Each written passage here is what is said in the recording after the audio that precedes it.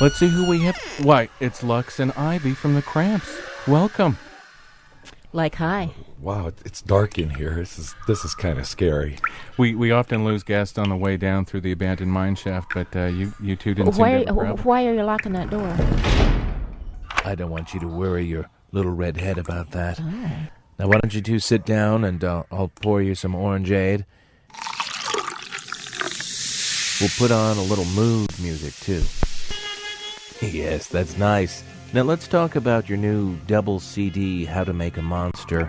It must have been a gas going through the old photos and demo tapes. It was a gas and it was a stream. It was hard to do. We thought it would be easy, and it, we bit off more than we could chew. But It was about 4 times as long as it finally ended up, but we had to throw out all the illegal stuff. When somebody told us it was illegal. Right. Because we don't ever do anything illegal. Above board, as always.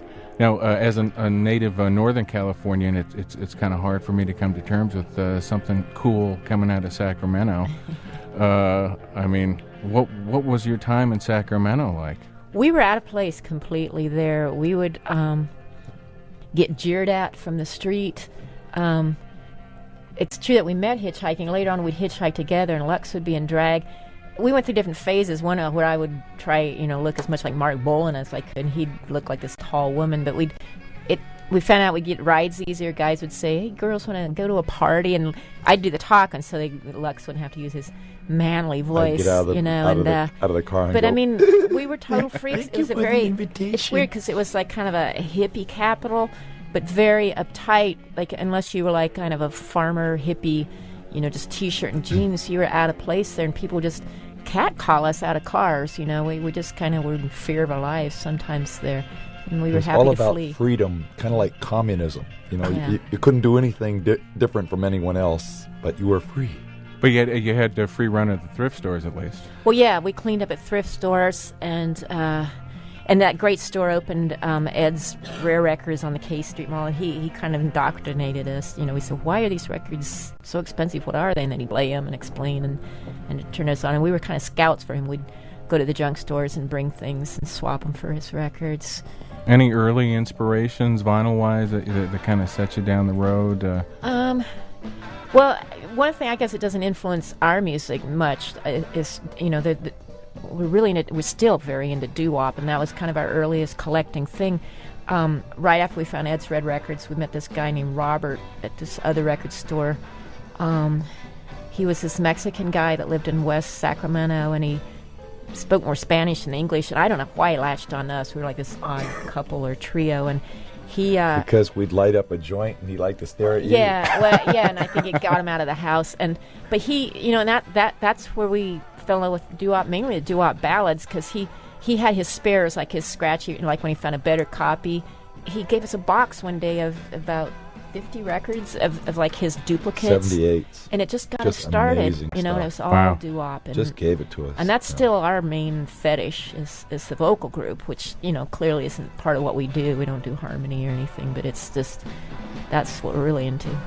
Well, why don't you give a spirited defense for vocal groups? I mean, it is an aspect of your music indirectly, and mindless fun comes in all shapes and colors, like women's underwear. It's I guess. magical music. It's like a drug. It's like it just takes you to another place, another time. I mean, records are just amazing because it's like a mechanical documentation of recreating something of people who might be dead now or whatever, and then they're in the room. It's sort of like a way of invoking their presence by just putting on this, a CD or a record or whatever, and there they are. If you put on some of those Flamingos records when they were on End Records or some of that stuff, it sounds like you're on drugs all of a sudden. It's like you're just taking acid or something. They've got this big echo chamber, and they all sound like they're from another dimension, all these weird warbling sounds in the background and everything.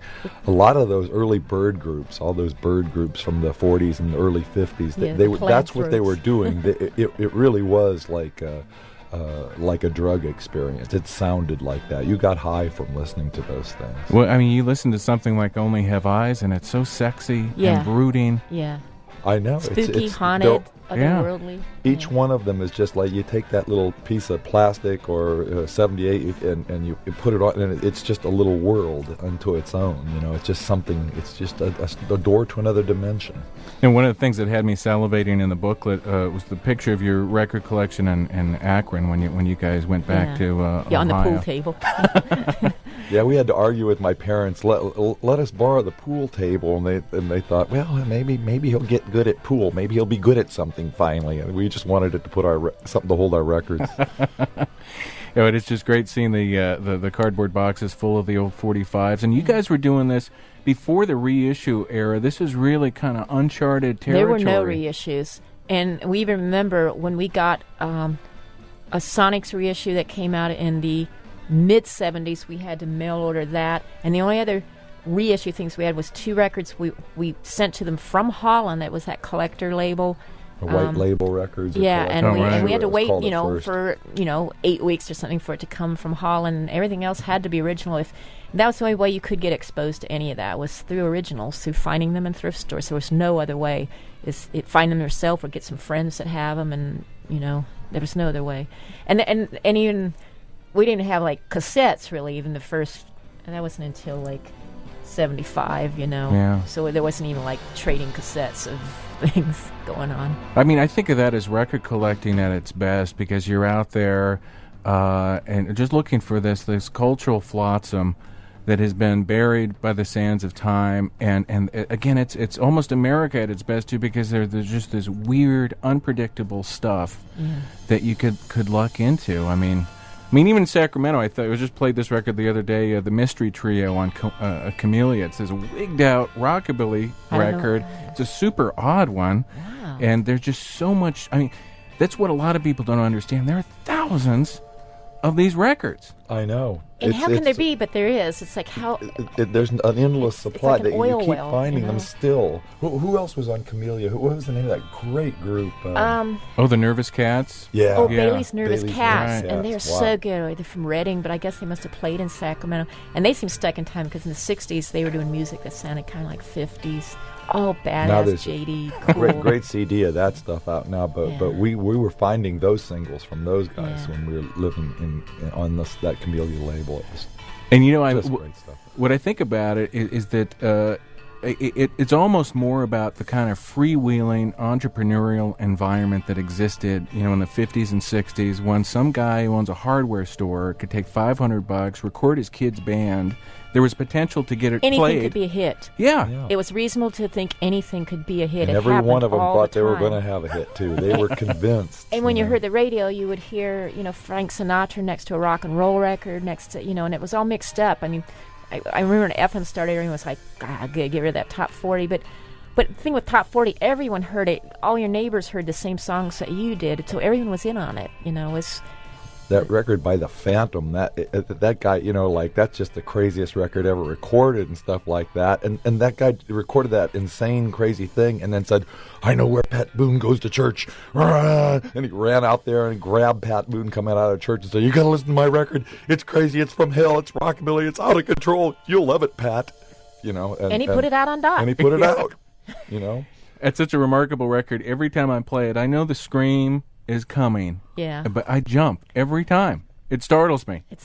The B-side of that record is wonderful too. Yeah, The B-side Whisper is. My Love. That's another thing we like that you don't ever hear mentioned too much is the B-side, the ballads of those rockabilly records. They're a lot like the doo-wop groups. They're these weird, strange things. They usually sound like they're off-center. Very after hours, yeah. Oh, just crazy stuff. Well, B-side's akin to, again, just that kind of entrepreneurial environment that existed. You just threw whatever unique crap you could come up with, you flung it out there to see if it would stick. I mean, you see the same thing. Green Onions, I read the story, that was meant to be a B-side and had a different name, and Green Onions was the name of the other side of some other song, and then they started jamming, and that was Green Onions, and then produced, and then somehow they ended up pushing that, and look how huge it is. Well, I don't want to get too far out here, but there's part of that creative process that you find on B-sides that is off the cuff, incidental. I was talking about this with a friend the other day,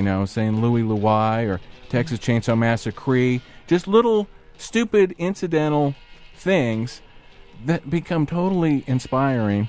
And again, it's just kind of that environment that B-side stuff happens. I think that that's solid evidence for this stuff is floating around somewhere in outer space, right above the Earth, and the people that are the real crazy entertainers, I think, somehow they're picked by some entities. They're still floating around out there, and they shoot them with a lightning bolt into their head, and they go, here it is, and you don't even know where it comes from, I mean, you certainly couldn't think that stuff up. It's reminiscent of a great remark made by this entertainer out of Pittsburgh, Tony Capri. Someone asked him about his talent.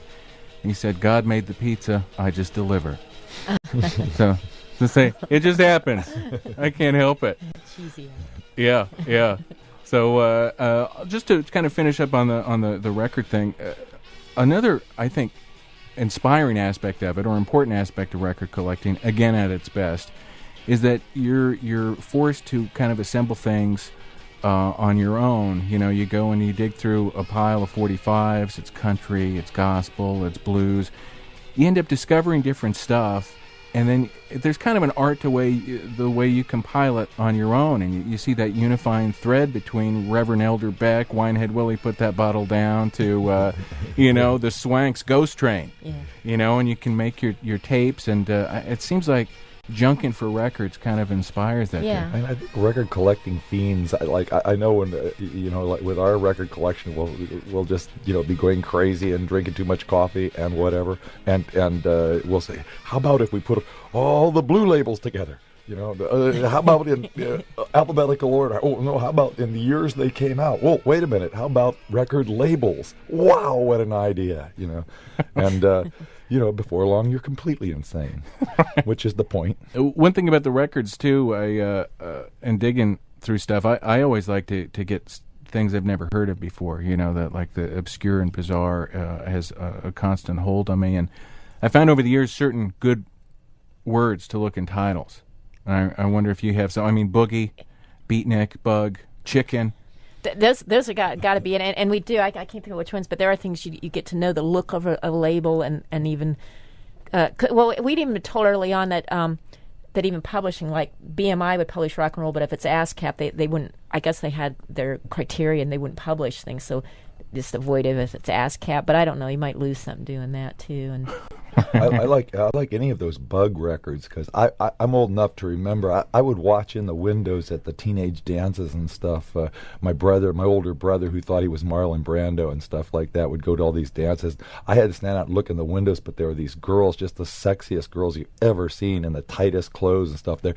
And the one great dance was the Bug. I thought it was the greatest one ever because they just do all this stuff. They just move around and grab themselves all over, and they were searching. They had a bug on them, just like a cat or something, and they were just grabbing it from every place they shouldn't have been grabbing it. And then finally they'd grab it and they'd get it and they'd throw it on the person next to it, and then that girl would start doing her. It was a dance. Oh man, yeah, stomping roaches. Kind of a dance. It was more like of a conniption fit, but wow, a very sexy dance. Well, I'm working on an addition to the webpage for the radio show to have all the Bug songs.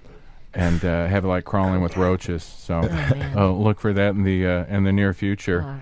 And I also noticed, I read in some interview that the first record you got, Ivy, was or the first one that held a spell over you was Purple People Eater. Yeah, it was. I didn't have it. I was a toddler. My brother had it, and or my family. I think it was me and my brother. Purple People Eater. The one I was most obsessed with was Marsh and Hop, and I'm surprised that. Because even on oldie stations, I never hear that anymore, and I think it was a big hit at the time, but I'm not sure. Because I'll hear Purple People Eater and Witch Doctor, but Marsh and Hop, my brother would use that to amuse his friends. He'd say, "Watch what she does when I put this on," and I would just fly around the room, and just like get on the couch and jump up and down. I'd lose my mind to Marsh and Hop. It's really pounding rocker with this strange vocal group thing. It still amazes me, that song, and I still get that kind of urge to fly around when I hear it. And I still like watching her. Yeah, but yeah, it was like they thought this is hilarious. Watch. Let's put this on and watch what she does. It's good for kids to have some subversive stuff. Yeah, and the novelty thing appeals to but real rockin' too, because we because is it John Spencer's kid Charlie was obsessed with that song Gizmo. Oh, sure. Which is rocking, but it's got a novelty thing to it. Yeah, too. Jimmy Heap. Yeah, I think there's a great danger that children, if they don't have novelty records, they can grow up and get a job, go to school, and then die and never become crazy or anything. It's you've got to be very careful. Mad Magazine played the same role, I think, for totally. Oh yeah, What me worry. thousands of people. Yeah. I like when my dimples turn to pimples this year. That's a good one. I got a nose job. That's one of my favorites. Oh yeah, a little cardboard record. Yeah, no, that's amazing. Oh, any records that you've been jonesing for forever? That I think we've got what we know about, so it's still anything new is a surprise. There's less surprises, but now we haven't caught up. When we're in Pittsburgh, there's this label Itsy that puts out these CDs, so we haven't caught up on that. We own about half of that series, and their last time they had more, so we had to get them all. Oh, right. Some of the Mad Mike, the DJ. Oh, he's my hero. Yeah, which is how we became aware of Goo Goo Muck, was from a Mad Mike LP compilation. I'd love to get an original copy of Scream by Ralph Nielsen and the Chancellors. That would be great. Yeah, I think they're like 2 copies. Yeah. No. Yeah, Mad Mike, I'm glad you mentioned him. He's a total hero, and this relates to Mad Daddy, and that Mad Mike was able to take these weird-ass records like Goo Goo Muck or Camel Walk by the Saxons and turn them into regional hits. And it's just mind-blowing that he'd have a record hop and 5,000 kids would show up and dance around to Camel Walk. More than for an artist. They wouldn't turn that, like I said, not for the Rolling Stones or for something, but for him to DJ that. And that's why, like back when the hits were regional, like the Sonics, they were popular in the Northwest and Pittsburgh because of Mad Mike. Yeah. And Swamp Rats were covering Sonic song, just because of Mad Mike. Oh, I had a chance to see Mad Mike do some shows over the years, and very eccentric individual, but a total hero. He had records squirreled everywhere, and very secretive about the identity of the records. But he had the total unique ear, and again, he found that unifying thread between a vocal group ballad and some wigged out, 3 carburetors, just oddball stuff. Yeah, it's like some people, like disc jockeys, they're like a filter, like they're filtering all this cosmic information in a way that us masses can understand. I think they were some of the earliest computers, actually, disc jockeys. They're filtering out all the stuff like Snooky Lanson and stuff like that. That was going into the shredder or whatever they had, and somehow somebody like Mad Mike, just the cream rose to the top there. Well, there were also that mischievous influence, like Mad Magazine or the novelty records. Teens, preteens could tune in and hear someone who wasn't selling insurance or doing what their dad did. It was like some wigged out guy screaming and having fun, and the party never ended. Yeah. Party doesn't have to end. I mean, I guess that's one of the things I really admire about you guys is that, you got inspired by the music and movies and stuff, and it wasn't just a diversion. It was the thing. Yeah. There's some about R&B and rock and roll, the early stuff. Now you say rock and roll, and that could mean a sale at a car lot or something. It means anything now, But real rock and roll, the stuff based on the blues when it first started, that music is so timeless. It'll never get old. 500 years from now, I think people will be rolling around on their pod stems or whatever happens, and they'll be listening to these same records we're talking about right now. Well, they exude this incredible sense of style, and once you hear the musical Lynn Twins, you're forever transformed. I mean, do it like Sparkle Moore. Choose her as your guardian and savior, wherever she may be. Yeah, exotic. The musical Lynn. Now there's one that I'd love to find too. Oh yeah, on Blue Feather. Yeah, that's a tough one. But and I didn't. We have one, but we don't have the one. You didn't know? I just found out Cordell Jackson just passed away. Yeah. Oh really? Yeah. Oh, that's too bad. I played a set of her stuff last week. She was great. I'd gotten a couple crazy letters from her a few years ago, Beautiful and person. yeah. Did you ever see the great film Daniel Rose did of her? kind of like a No. video of her shooting pool and playing and driving around in No. her matching canary yellow Cadillac Oh, and my God. driving up to her canary yellow Would house it match and her blonde hair? yeah. Yeah. Oh, she's great. You know, it's totally inspiring Yeah, very. to see people like that again who've made it a lifestyle. Yeah. You know, it's not something that stops at 23. As you know, once you've been infected by this stuff, there's no cure. You know, it's true, isn't it?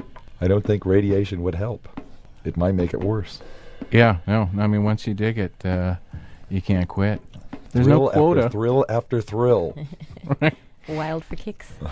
And the kicks keep on coming. And while I got you here, I got to ask you about a mutual hero we share. Of course, the radio legend Pete Myers, best known as Mad Daddy. And Lux, you were able to hear Mad Daddy, and he cast a long shadow over I your actually life. talked to him on the phone when he left. Cleveland, the week that he left to go to New York to be snubbed. I called him on the phone and I told him that I was the head of his fan club in Stowe, Ohio, and he believed that and talked to me. I actually had a little 3-inch tape recording of it, that 3-inch reel-to-reel that I recorded with my friends, and my parents threw it away. They were afraid that this was going to be a bad influence. It was very Always the insightful. They were on the But money. He talked to me. He talked to me on the phone for like a couple of minutes in rhyme, just like on the radio show. And then afterwards, he said, "Look, I'm going to get the operator back. You can't afford this. You shouldn't be." And he said, "I'm going to pay for this call." Wow. He was just, and that actually happened just like that. And it didn't show up on my friend's. But we thought we'd have to explain that later, and it didn't show up. What a hero. Yeah. Now, what is it about Ohio? Because not only did it spawn, Screamin' Jay Hawkins out of Cleveland and all those great garage band records and instrumental records on scads of oddball labels. Then Alan Freed came to prominence there, Mad Daddy, and then you had Ghoulardi. Well, I think it's because it's the asshole of the earth. And I think that those kids know there's no way out. Don't believe anything anybody. I think that's where the counterculture of the '60s started. Was probably the Ghoulardi. Those kind of people. The kids were listening to that. Waiting to hear the next out of control bad thing happen that they didn't see anywhere else. And those guys delivered. That's their whole thing. Like Mad Daddy when he locked himself in the control room for 2 weeks and played some horrifyingly bad record. They just let him do it. They didn't even stop him. He just went on and on and on forever. And he could do it because they couldn't stop him, because it was the most highest rating that they ever had in broadcasting history there. Everybody would not leave their radio. He's just standing in there ranting, endlessly. I mean, make no mistake about it, the stuff truly was subversive. People have a Happy Days notion of the 50s and early 60s and malt shops. Yeah. This is pretty outrageous stuff. These are my memories of the 50s. I hear people talking about how uptight the 50s were and how it was so square and how things changed in the 60s and stuff. I thought it started in the 50s, with rock and roll, with white kids loving black musicians and stuff like that. Before that, it was like, it was racism everywhere. It was this is the beginning of the world as we know it today. Was starting then. It didn't start, in 1968. And not to hammer on a conspiracy theory, but again, it was all these small record labels and radio stations and local TV stations could do kind of weird stuff. The opportunity existed, and some of them exploited it. Yeah. Totally. Yeah, most of them were talking so fast and such drive talk, nobody knew what they were saying anyhow, except the kids. But it's odd about Ohio and Cleveland, because even when we were there in the 70s, Kid Leo at WMMS, it's, wasn't as wild as all else we've been talking about, but compared probably to what was happening elsewhere in the nation, it was really good, cutting edge. He'd play like an entire album when it came out. I mean, that's where the first rock and roll show happened, was at the Cleveland Arena. And like they expected 3,000 kids to show up, and 30,000 kids showed up, so it didn't happen. It was a riot instead, and they had to cancel it and have it a month later or something like that. That's fantastic. And to return to Ghoulardi a little bit, did you have a chance to watch him or? Oh, every week, all everybody I knew, you had to be home in time to watch Ghoulardi.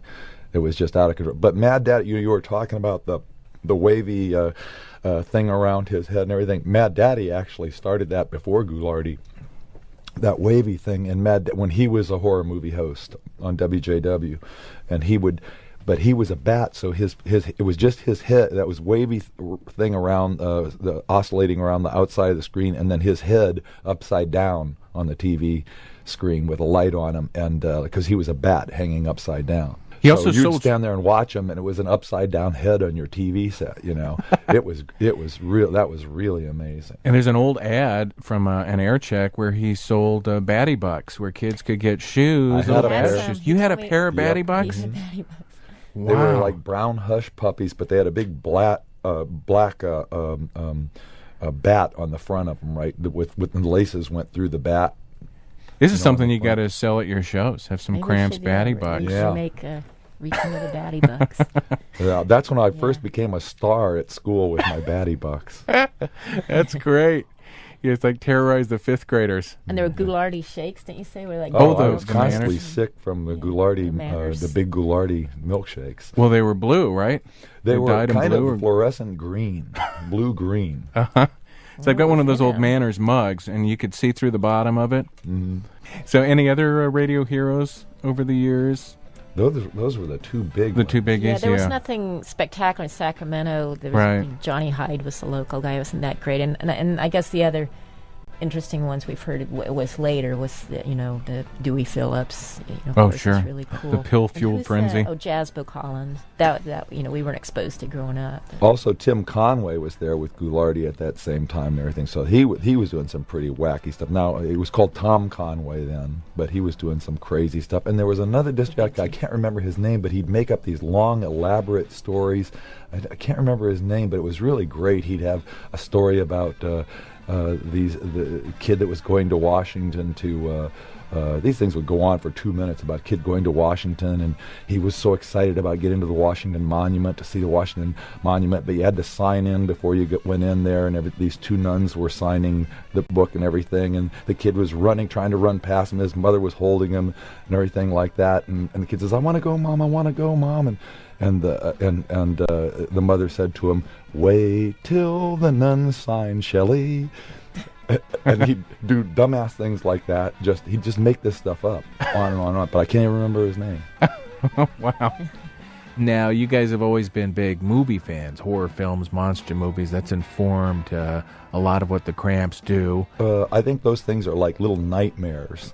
They're usually made by one or two people, and who had the idea and filmed it, and they most of the time don't make any sense on normal people's level, but they make so much sense. It's like looking at some kind of a real Dada or a surrealist painting or something. On some other level, it makes much more sense than anything you encounter in normal everyday life. I guess I might be considered a less discerning film fan, because if there were some good lines of dialogue and a weird character actor in a movie, I'm happy. I'm glad I'm watching. You've got to love Blood Feast just for the line where the two detectives are standing there. I remember, and they're looking at each other, and then the one looks down. Supposedly he's looking down at the desk and says, "Looks like another long, hard one." Bill Kerwin at his best. Yeah. Yeah. Any movies listeners should know about? Just a quick checklist of anything you'd want to hip them to. I guess one of our latest tangents is the Misty Monday movies. Those are good new ones. Uh-huh. Don't check out what is Spider Babe. They're straight to That's a DVD. great one. Yeah. Spider Babe is great. Oh, okay. Yeah, I mean, that's the other thing, too, is that it doesn't have to be horror movies. And it can be actual good movies, too, that are worth seeing. I know they're making a movie about the Cramps right now. It's going to be a Misty Monday. Is going to play Ivy, and Jim Carrey is playing me, and it's directed by Tinto Brass. It's going to be amazing. Are you serious? Well, right now it's only in my mind, but it's coming soon. Coming to an imaginary double feature near you. Yeah, yeah. Have you ever given thought to what kind of movies you'd like to program if you had to drive in for a week? Well, there's an endless supply, that's for sure. Robot Monster is probably my all-time favorite. Oh, yeah. That's for what we were just talking about, for sheer inexplicability, 100% pure unfathomableness. Yeah, and you really can't argue with the Robot Monster formula. Gorilla suit plus space helmet equals movie. I also like the yesterday. I like scientific explanations, especially when they're unbelievably long. And there's like a 20-minute one in the Yesterday Machine. That's a great movie. Starts out with this sexy girl twirling batons, doing her baton, just to show her for like 10 minutes or something like that. And the guy saying, "Come on, quit twirling your baton. We've got." She goes, "I know I have to practice." And they just keep showing it until a flying saucer lands. And Yeah. then there's endless scientific explanations forever. Right, you get a lot of the never-ending chase scenes to pad out the movie. Yeah. It's got to be 60 minutes. Yeah, different part of it's daylight, part of it's night. They keep cutting different times. Yeah. Chasing. Well, we're talking with Lux and Ivy, the Cramps. They've got a great new double CD, How to Make a Monster, and I guess instead of dwelling just on obscure records and movies, as much as I love doing that, we'll talk a little bit about the band. I mean, how long have you guys been performing together officially? Since 1976, however long that is. It's our bicentennial year. 82. Somebody make us 5 stop. years, I think, in 4 months. Yeah. Wow. And were any other band names ever considered at all? Or- Bop Crazy Babies, because there was that, was it Vern Pullins that we had found out in what's a place just west of Cleveland. And he had a song called Bop Crazy Babies. And I don't know, somehow I guess the Cramps, at the time it was before there were punk rock names, and there were no names, like the Kinks or the Pretty Things where you're something like a gang. Everything was like Aerosmith and Feather Wheel. Yeah, Feather Root or something. Thunder It was Mug. just, yeah. Gentle Giant. Yeah. So that actually seemed like kind of subversive to us, to just be like, where everyone can be a Cramp or the Cramps. And by the time we got it going and up on stage, there was Ramones and the Dead Boys. So it somehow, there must have been like a collective mentality for it anyway. But Oh, yeah. but there wasn't when we were thinking of it, though. Over the years, any cover songs you wanted to do but just couldn't get it together, or something that's been on the... Yeah, we've had many bands that couldn't play the ones... Yeah, it depends on that we who's been wanted in to the play. band. Yeah, like the song we wanted to do, or they either couldn't or didn't like the song or something. That's been frustrating. They'd say, "How many notes in that song again?" "Oh, I don't know about that one." I want to do "I'm a Hog for You, Baby." Oh, yeah. Yeah, we're thinking of that one. Yeah, we'll still do Coasters. that. Yeah. But we want to do the version by the Innocents. Yeah. Oh, right. Boy, that's a great one. Yeah, yeah. Didn't the groupies also do? Is it the flip of Primitive? It Is Hog is. for Your Baby? Oh, we got to listen to that. Yeah. Because what we like to do when it covers, listen to every version and make a horrible hybrid of that, and then crampify it. And Very early Alice Cooper, they did it too, back my when they were in Phoenix. Wow. Phoenix. Whoa, that was a Freudian slip Wow. tease. That was when they were in Phoenix. Yeah. Well, now, Ivy, there's this great guitar solo, of course, great lick in Hog for You, Baby. Yeah. Any other kind of signature licks that are just a constant there source are of- like some real hits where you went think like Tallahassee Lassie. Is that the one that has the Roy Buchanan? He just rips through this incredibly Right. burning lead. Yeah, because that's what I'm always surprised when there's like a hit thing that has like a really ripping lead. Who did that song, Crazy Little House on the Hill? Gene Lamar, right, yeah. On Spry, Flame Records, something like that. Spry Records. Spry, right. yeah. I just see the labels; they just appear. Yeah. Now we had Deke Dickerson and the Echophonics on a few weeks ago, and we had a segment called Road Apples, where we go, tales of the tour. And since you've been playing since '76, I just wanted to get your view on a few topics. First one, if you could name the most underrated city, Just several. with some like hidden cool aspects to it. Well, recently we just discovered Asheville, North Carolina. That's a really cool city. Like really old beatniks live there. Yeah, mountains. It's and beautiful, and it's hill country. It's where some of the best, bluegrass and all came from that region, and now it's like, I mean, like old beatniks. Yeah, you got hippies making whole grain bread there. Yeah. Like, what the hell? And you go into like eating. There's one. We went and eaten this one restaurant where they said it was home cooking or something like that, and they're selling wine in big gallon jugs with a little ring on the top of it, so you can go like that. And oh, this is radio. Excuse me. I just went like Tilt that. it up. Yeah. For those of you who can't see what I'm doing. Well, that also leads to another topic, best meal restaurant that you discovered over the years. Anything really stick out? Well, one was that because another city I like, it's Pittsburgh, home of Mad Mike, etc. A real cool city, and there's a cool restaurant there, Joe Mama's. We ate out on the road that we love in Pittsburgh. That's a really great cool, with all these fake 8x10s, and we fell for it at first because we thought that all these celebrities had been there, like Jane Mansfield, and so we started seeing, like Albert Einstein and all. But it wasn't until we got to the Elvis one we realized that it was a joke, that they had all these fake autographs and fake dedications to the owner, to Joe at Joe got Mama's. Betty Page right next to Albert Einstein. Yeah, So your Albert desserts make Einstein me says, dance. "Joe, you're a genius." Yeah, Betty Page, your desserts make me dance. And so there's all these crazy pictures. The food's great. And it's just nutty looking. It looks totally like a 40s film noir diner. And it's in Pittsburgh. And Pittsburgh has Ides Records. You still get cool records there. And it's got that great history with with Porky Chadwick. And Porky's still out there. Still out there? Yeah, we had Porky on the show and played some Porky clips, and he's crazy. He's never left Pittsburgh, and the whole world is 1955 to him. Good for him. And that's fine.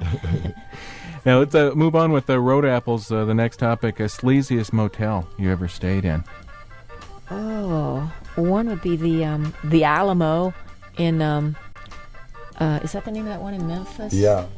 Where it had it has an Alamo motif. All the rooms are kind of this. You think people would stay away from it? Looks interesting, but the carpet. It's got that weird, not astroturf, but that kind of weird indoor-outdoor carpeting, and it's permanently damp and moldy in there on the floor of it. Yeah. Really gross. That's where, when we went down to record the first time with Alex Chilton in Memphis, that's where we stopped, was at the Alamo Motel. It's a lovely, it looks nice on the postcard. Yeah. But we resorted to sleeping on floors at friends' houses instead. That was an upgrade. Yeah. Some of those motels, you open up the door and someone lost their life in there. Or something horrible happened. I know. Because we're very psychic, too, and we've been what we thought could tell something very vividly. Haunted ones. Yeah. How about least compatible opening band or show bill over the years? I hate to rag on people, though. I like to focus on the positive. Yeah. Accentuate positive. But, okay, well, as long as you started it, let me think. Least compatible. Well, Quintron, that was kind of not compatible. No, he's great, and the records are great and everything. But he almost got thrown off stage. They were throwing stuff at him when he first started because he opened with the puppet show instead of opening with music. Yeah, and all these Cramps fans, chomping at the bit and everything like that, and going crazy, and they're all, fueled by drugs and everything. And he comes out, like, "Well, hi, Binky, how are you doing?" "I'm doing fine, Larry." A little puppet show there. We're playing this huge place. He's got these hand puppets, up in a little stage there. Nobody can see what he's doing. But a lot of times we pick a band and they get booed. I mean, that wouldn't be the first. But I thought, what's least compatible with us? What would that be? What's least compatible with us? A jazz fusion group or something. Yeah. Nothing that bad. Yeah, well, no, we played with Dan Hicks and his Hot Licks. We played with them one time. Well, that's good too, but he refused. He saw us at sound check and said, "Nope, I'm opening the show. They're closing." He didn't want to follow Electric with an acoustic because he's more acoustic. Yeah, that was weird. Wow, that is an odd bill. Let's move on then. How about the best thrift store or thrift shop you've ever been to? Did you find some store stock cha-cha heels somewhere? Or there was a Salvation Army one right in the middle of Cleveland, right very close to WJW TV there, where it was just amazing. It was like a department store of 45s in there. And you could go in there early in the morning and stay there all day and not get through it. Yeah, and just clothes, amazing records in there. Crazy old furniture, fabulous stuff, cheap. Yeah, I hate to admit this, but I have I dream about finding stuff, Oh, I do. going to a garage sale or whatever, and then, you don't have a car to take it home, or you can't figure out how to get all this A stuff. frustrating dream, I see. Or somebody's gonna pick up, or somebody standing right next to you is gonna go, "Wow, it's the one it's Stormy Weather by the Five Yeah, Sharps. they're right ahead of you. This is worth $87,000. Of course, I'll never sell it, so it's worth nothing. But I remember having a very vivid dream of coming across a 50s motel that was going out of business, and they were getting rid of everything with the coin-operated bed vibrators and all the cool stuff, and I was just panicking on how to get this in and then shoehorn it into the apartment, and then I woke up and had some It was Cocoa all Puffs. gone. Yeah, yeah. So continuing on with Road Apple's smallest crowd you ever played for? Two Sailors in Washington, D.C. What a great crowd. They didn't promote the show properly. I think the deal was that we were supposed to be there Thursday, Friday, and Saturday, or Thursday and Friday. But the first day we're there hadn't been advertised, so no one was there but these two drunken sailors.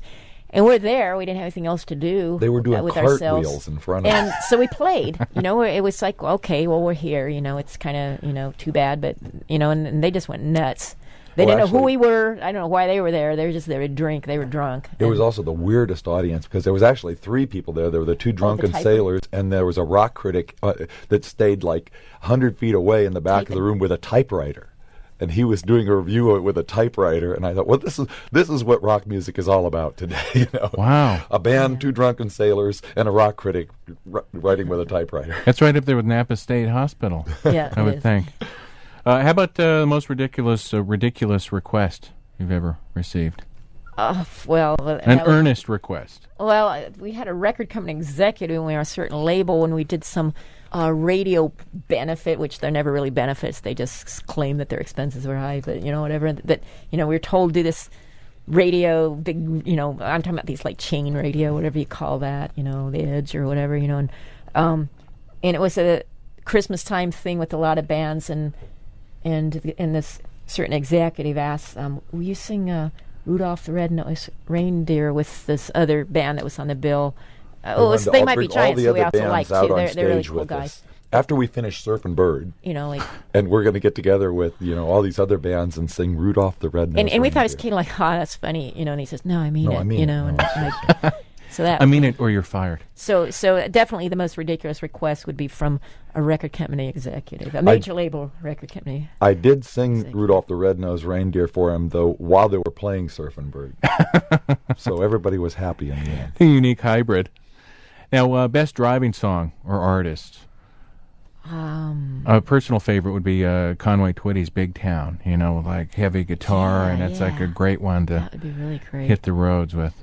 Well, before we started the Cramps, we got one of these new gizmos called a cassette player, and we'd set it on operate on batteries, and we'd set it on the seat. And we'd always drive around. We'd be listening to Flamin' Groovy's Grease and More Grease EPs because they're just, they were on drugs and they're just like 90 miles an hour amphetamine driving thing. We'd just music, yeah. drive into that, listen to that, mixed with the driving rockabilly songs and stuff. And Modern Lovers, some of that kind of stuff. Well, no, I guess Modern Lovers that was a little bit later, but we were still driving around then. With the radio on, yeah. Yeah, and frantic rockabilly, Ray Harris, Come On Little Mama, that kind of just frantic thing while you're speeding through traffic. Ray Harris is my favorite photo. He's got that sailor hat on, the cigarette.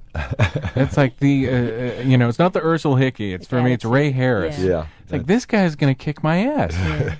Yeah. All those Sun guys, I think, are going to kick your ass, and that's what another thing about the '50s. People, those guys are dangerous people. Yeah. It's a good thing they're kept busy making records because they just seem like they're ready to go off. Well, there's some great liner notes in one of those Link reissues that talk about the knife fights in these clubs outside D.C. It was like a rough crowd. Yeah.